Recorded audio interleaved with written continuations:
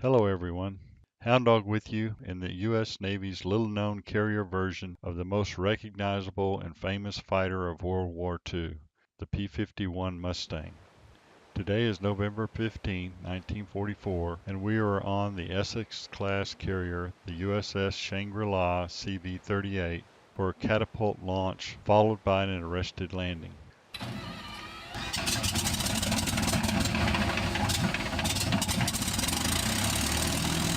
Radio check, 123, 321, radio check. The U.S. Navy's development of new carrier aircraft during World War II resulted in larger, heavier models capable of carrying greater armament and fuel loads. This trend required the use of increasingly larger and more powerful air-cooled radial engines, which further resulted in wider frontal areas and negative aerodynamic impacts to speed and altitude. In March 1944, the Office of the Chief of Naval Operations directed the Navy Bureau of Aeronautics to conduct an investigation of the use of lighter, streamlined aircraft powered with liquid-cooled inline engines and capable of higher speeds and altitudes.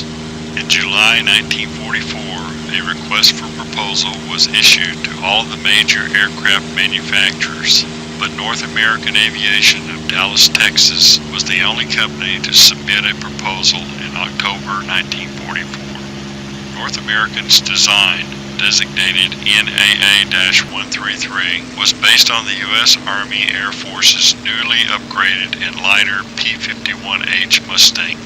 The design included modifications to strengthen the airframe with the fuselage heavily reinforced to accommodate both the tailhook and the catapult hook. The tailwheel doors were lengthened to fit the entire tailhook, and the lower part of the rudder was cut out to make space for the tailhook when retracted. The wing was enlarged by 10 square feet and fitted with slotted flaps. The wings folded vertically, and external drop tanks were fitted on each wingtip. The ailerons were enlarged and hydraulically boosted. The landing gear was also reinforced and strengthened.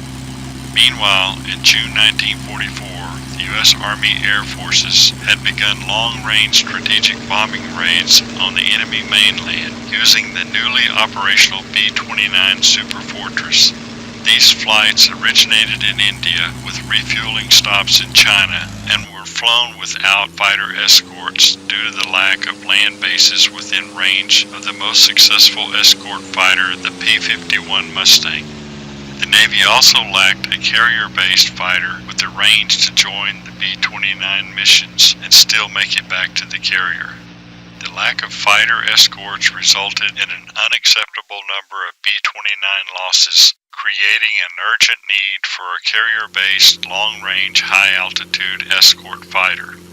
Although North American would not submit the NAA-133 design for the lighter P-51H until October, the Navy proceeded to authorize the highly classified Project Seahorse to modify a heavier P-51D for experimental carrier operations suitability testing.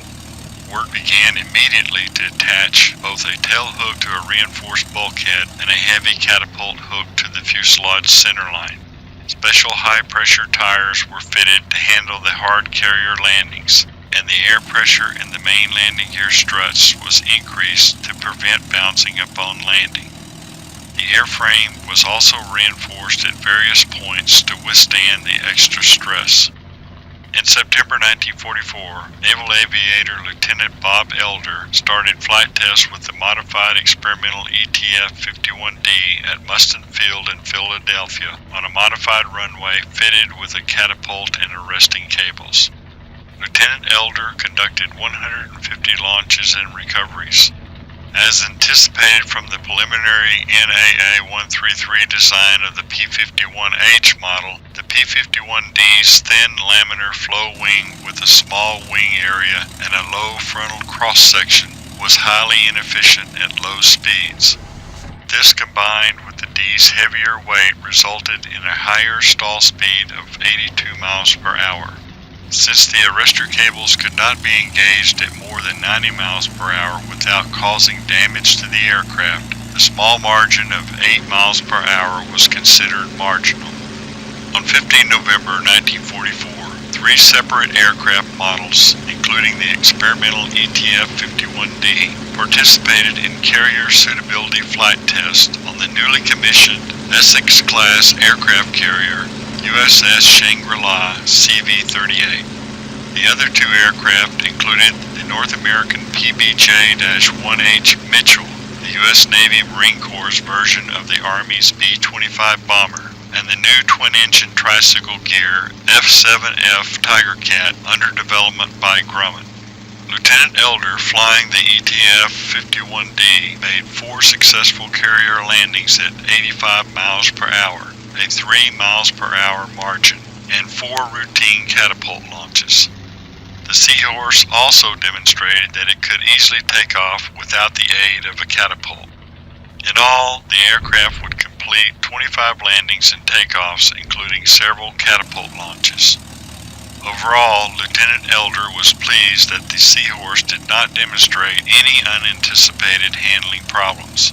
However, he did not believe the modified P-51D model was suitable for fleet carrier operations due to the inherent safety issues that could only be managed by the most experienced and skilled pilots. Specifically, the stall speed margin was too low. Rudder control at low speeds and high angle of attack was marginal. Landing attitude was critical to avoid damage to the light airframe, and rapid throttle movements during landing could put the aircraft in a fatal roll or snap roll. In early 1945, the islands of Okinawa and Iwo Jima were captured with airfields suitable for standard P-51D Mustang escort fighters. The Project Seahorse was officially closed, and the war ended soon after in August 1945. North American's original NAA-133 design was never formally adopted by the Navy, but in August 1945, a P-51H-5 was transferred from the Army Air Forces to the Navy to determine if the lighter P-51H had low-speed performance that would allow it to operate from carriers. The handling of the aircraft at approach speeds was considered adequate and much better than that of the earlier P-51D. Further testing was not conducted until another P-51H was borrowed by the Navy to test new catapult equipment. Clearly, the U.S. Navy was interested in the Mustang's long-range, high-altitude capabilities, but not enough to sponsor further attempts to navalize the P-51 Mustang. Regretfully, the Navy's Mustang, or FJ-1H Seahorse as it probably would have been designated, was never adopted as an operational carrier aircraft.